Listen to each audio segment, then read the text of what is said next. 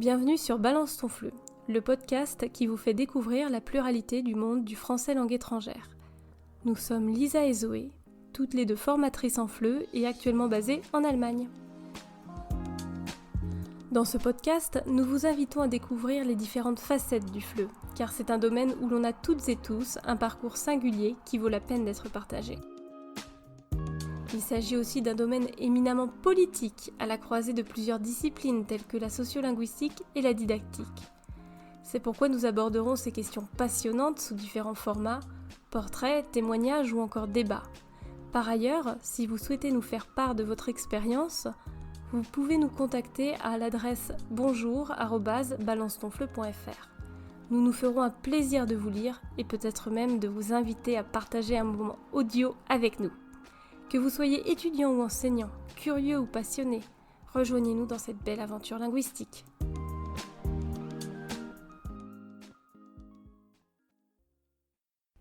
Le 25 novembre 2021, c'est le jour du prof de français. Cette année, le parrain de cette édition, c'est l'écrivain Éric Emmanuel Schmitt. Personnellement, c'est un de mes écrivains favoris, donc je suis ravie de prendre part activement à cette initiative cette année pour la 3e édition.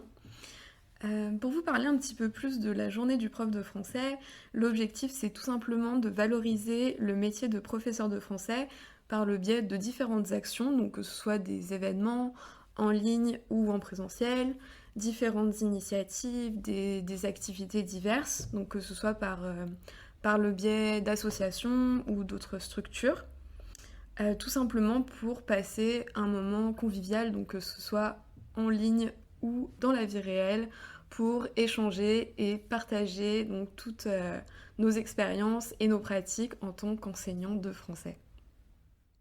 Le thème de cette édition 2021 est Covid-19 et après. Alors je dirais que c'est un sujet d'actualité et même un sujet brûlant. Il est vrai qu'en 2020, avec le début de la pandémie et le premier confinement, on a été plongé, on a été même noyé, pour filer la métaphore, dans cette hyper numérisation de l'enseignement.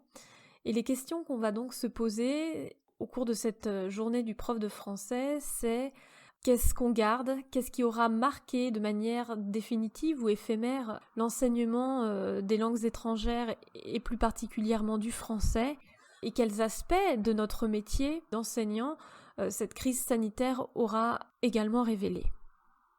Cette journée, c'est aussi et surtout l'occasion pour nous de vous présenter notre podcast Balance ton FLE. Vous pourrez nous retrouver 2 fois par mois pendant 20 à 30 minutes pour partager un moment d'immersion dans le monde du français langue étrangère. Donc que ce soit les actualités du FLE, des témoignages, fiches métiers, tables rondes et bien d'autres idées encore. Pour se mettre en appétit, nous avons posé cette question à quelques enseignantes et enseignants de français. Pour vous, en 3 mots, être professeur de français, qu'est-ce que c'est ?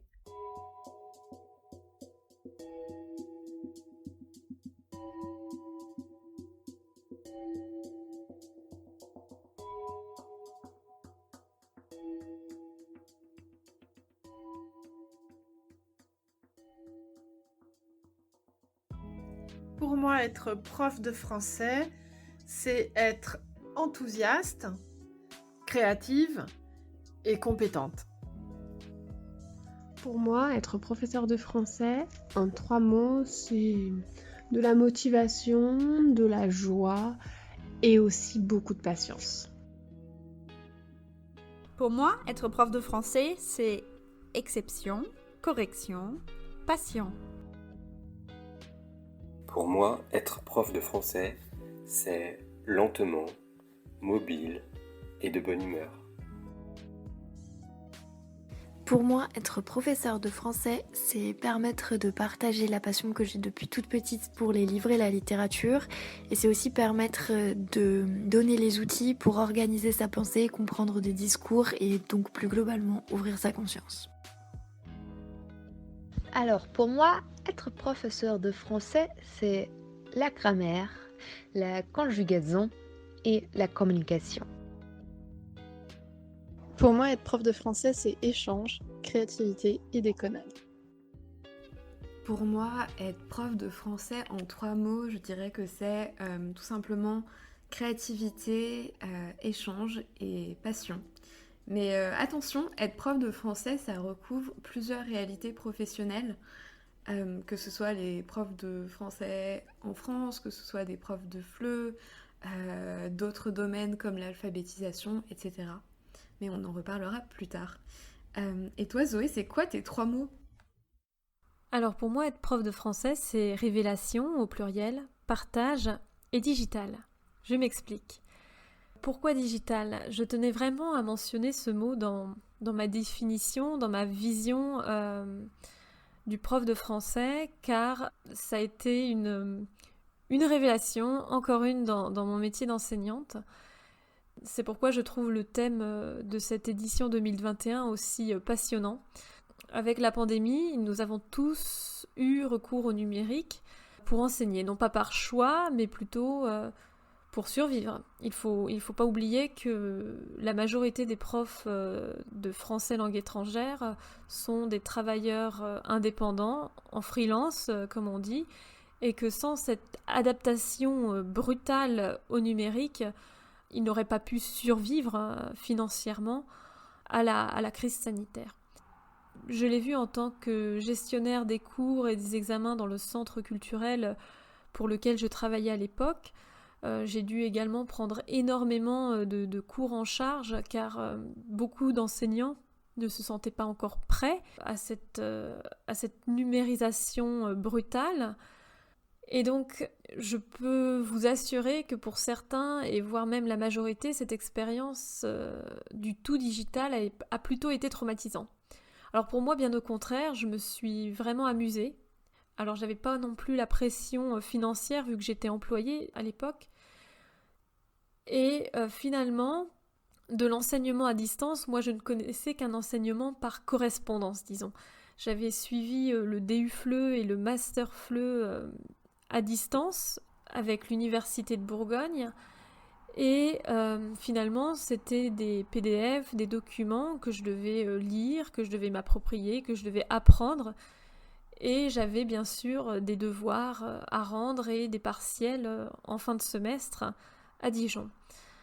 Mais cet enseignement numérique, alors par Zoom, par Skype et toutes ces interfaces, c'était aussi pour moi totalement nouveau. Et finalement, toutes les contraintes liées à ce type d'enseignement m'ont réellement inspirée.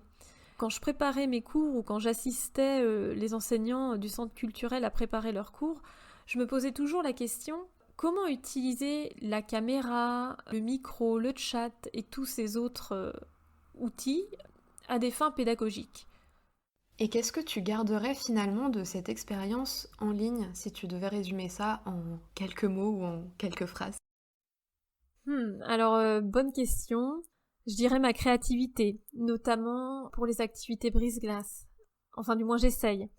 Sinon, tous les outils type Padlet, la projection du manuel digital au tableau plutôt qu'en partage d'écran. En fait, voilà, tous ces outils qui assistent bien un cours de français langue étrangère, que le cours soit en ligne ou en présentiel.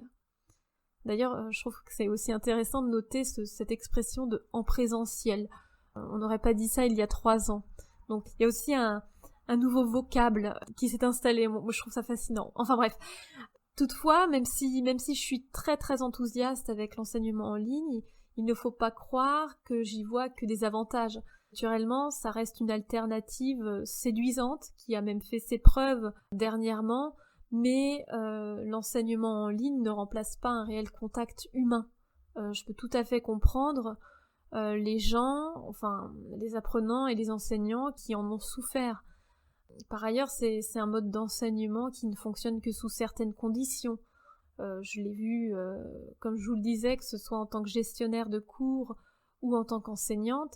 S'il y a plus de 15 personnes, je dirais que c'est le chaos. Si les apprenants ne sont pas motivés, ils ne mettent pas leur caméra, ils ne jouent pas le jeu, si vous voulez. Et ça, c'est terriblement frustrant.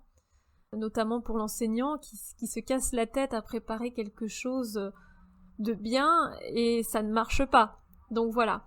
Et toi, Lisa, comment tu vis cette ère numérique? Je sais que tu enseignes pas mal en ce moment, encore en ligne.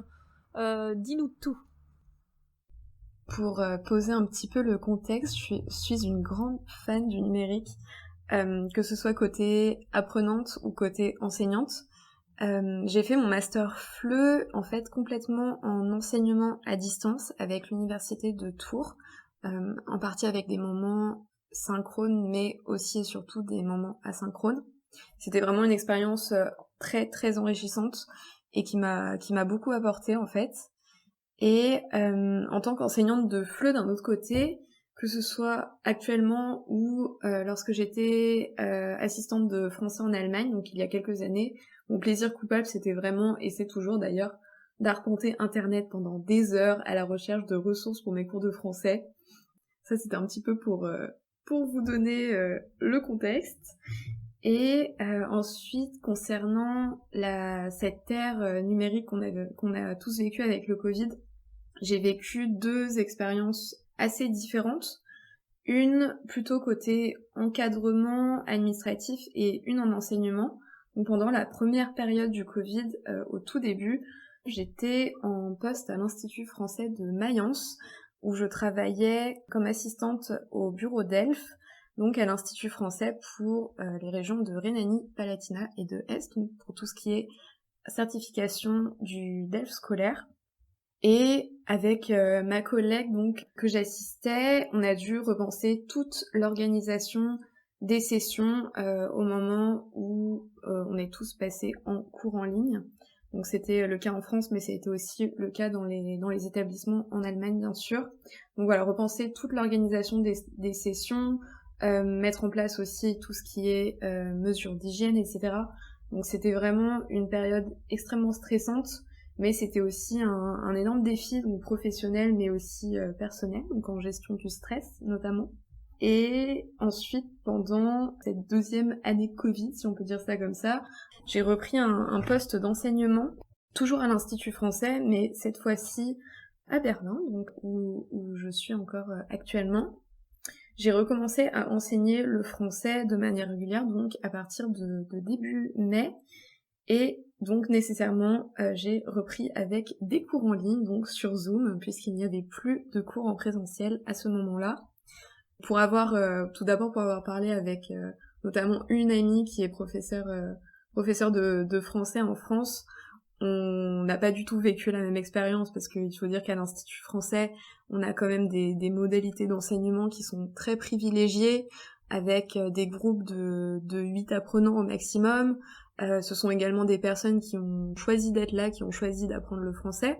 Donc c'est quand même une différence importante avec un contexte scolaire d'enseignement.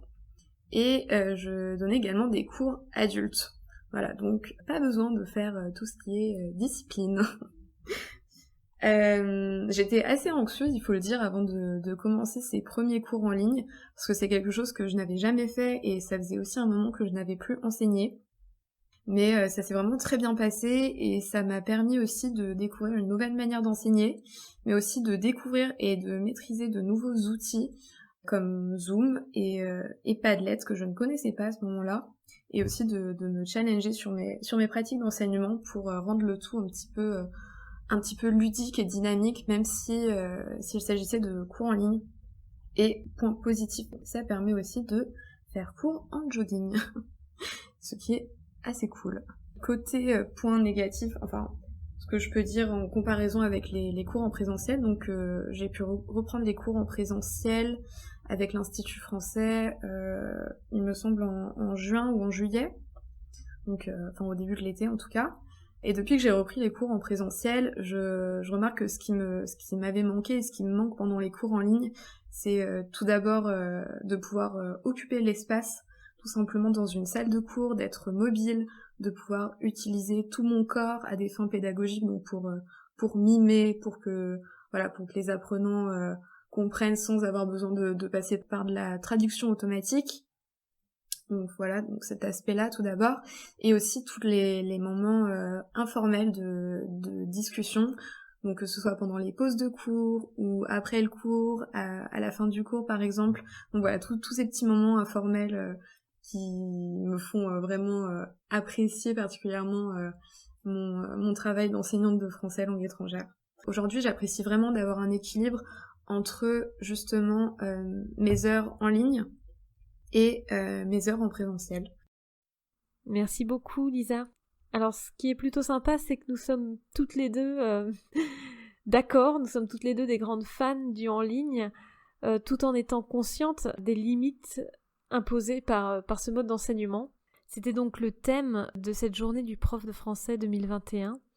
C'est un sujet sur lequel je suis sûre vous avez beaucoup de choses à dire. Si vous souhaitez plus d'informations quant au jour du prof, n'hésitez pas à vous rendre directement sur le site internet officiel. Le lien se trouve en description de l'épisode.